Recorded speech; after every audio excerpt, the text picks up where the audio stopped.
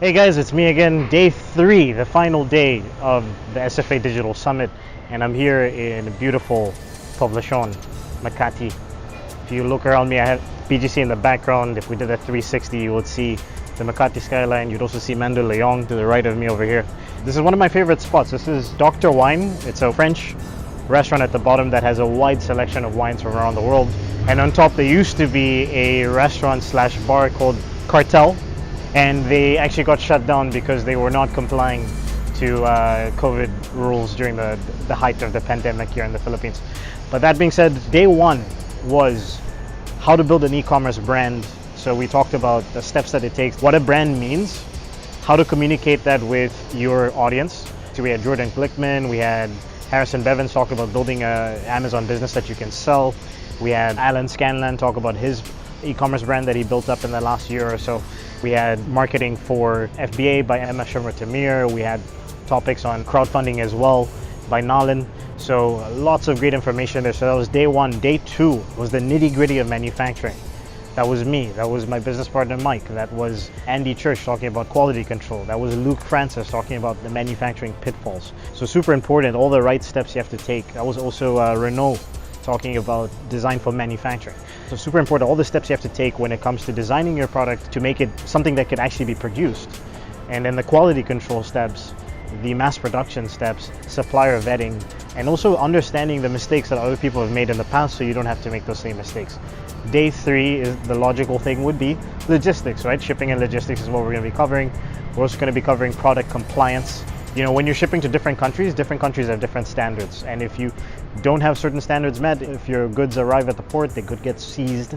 We also talk about leveraging community to build a true e-commerce brand. We're going to be talking about going beyond Amazon. Obviously, Amazon is a great resource to start your business and start selling on, but you also want to build a brand beyond Amazon. You don't want to be 100% reliant on Amazon. And speaking of Amazon, we also have one of my good friends, Lorenzo Payman, who covers how to make your FBA business more defensible by adding a cause to it. And finally, and last but not least, Facebook ads for your e-commerce business by Jordan Glickman once again. So I hope you enjoyed day 3. This is the final day. If you haven't gone through everything, you need to make sure you watch the day 2 videos before you get here because you want to follow the right steps. I know everybody will be in a different place, but again, by the end of this day, if you follow day 1, day 2, day 3, you should have a blueprint on how to build a 6 to 7 figure e-commerce business. With Amazon and our current launch strategies where you require buying inventory up front, if you were to launch on Amazon, you require a really significant amount of upfront investment, not only for the inventory itself, but if you're going to launch on Amazon and be successful, you'll need to do giveaways, you'll need to do ads, so pre-launch giveaways and all this, all the pay-per-click advertising that allows you to be able to have the chance to do well and start ranking on Amazon. So with the Amazon model, your goal is if you become successful with your launch process, then you can start making money. But really the idea is that this, if we look at this, it becomes really a sunk cost in your investment to be able to be successful with Amazon at the beginning. With Kickstarter, successful launches allow you to be profitable right away. And it allows you to actually, as a result of the campaign, be profitable already as a result of the launch. So instead of waiting to be profitable later on, you can use the launch and going through the launch allows you to be profitable in the launch itself. So this is one of our first campaigns that we launched called the Arctic. It's a cold brew maker, and that campaign did really, really well during a time that was it was a really, really crazy time at Amazon because it was actually a few months after Amazon changed their terms of policy back in 2016. It was a really stressful time, but that's actually what led us to launching this product on Kickstarter again. The second benefit of Kickstarter crowdfunding is that it minimizes risk. So like we already talked about already, instead of purchasing inventory up front, you get the pre-orders up front, you get the cash, and then you place the order and then fulfill afterwards. So this flips the model upside down and allows you to minimize risk and allows you to have positive cash flow, which isn't really possible in the Amazon-based model, at least at the beginning, until you're really, really able to generate a lot of momentum. The third benefit is being able to build a long-term sustainable brand of people that actually care about your product.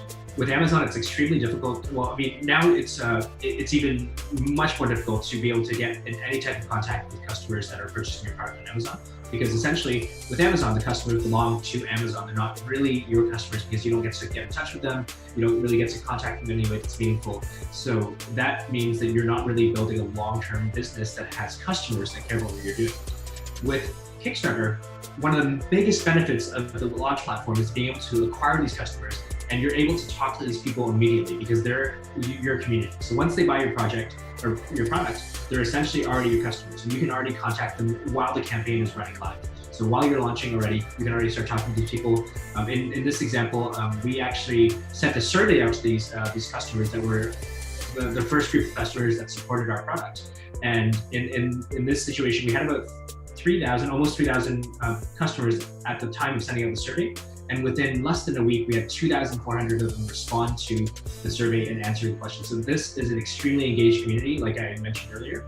And this allows you to start building relationships with these customers. And eventually, when you choose to launch other products, or maybe you want people to create some unboxing content or reviews, all that kind of stuff, this is something that really allows you to access that community to be able to do stuff that would not really be possible if you were just selling products on Amazon. So I'm sure we've all heard of the concept of 1,000 true fans. This is really the foundation of establishing your first 1,000 true fans who really care about your brand and what you're doing. It's essentially a crucial part for long-term success with your business. The next benefit is having public social proof. So Kickstarter campaigns remain on the internet forever. So once you have a successful campaign, it stays there forever. And when you search the product name, when you search your brand name, generally this is one of the first 3 to 5 search results. For us, it's usually the first 2 or 3 search results on Google. So when people search your name or your product, they are going to find you online. And when they find you online and they see the successful campaign, it really has a lot of credibility that's associated with the campaign. It doesn't matter how many thousands or millions of dollars you sell on your Shopify store. If nobody sees those results, you often don't get this feeling of public credibility. But with Kickstarter, the results stay there publicly, and people see the success of your campaign for years after you have that successful campaign. So, and if you have press or anything else that you're featuring on the website, all of that becomes there, and it's just a way for you to have your credibility for your brand and your product when people look you up on Google.